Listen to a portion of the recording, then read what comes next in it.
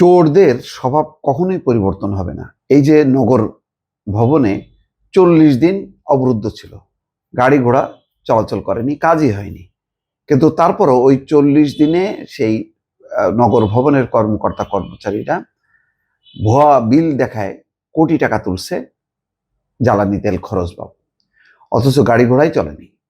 তাহলে কেমনে হলো? সেই কারণে দুদক এখন অভিযান শুরু করছে নগর ভবনে।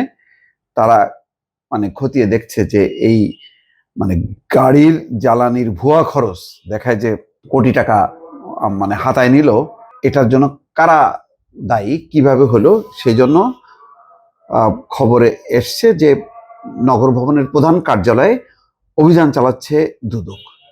এগুলি আসলে কি বলবো, এত পরিবর্তন, এত ঝড় ঝাপটা, মানুষের রক্ত আহত, কিন্তু ওই যেই লাউ সেই কদু। কি আপনার নগর ভবন, কি উত্তর ভবন, কি গাজীপুর সিটি কর্পোরেশন, সব জায়গায় একই কাজ চলতেছে।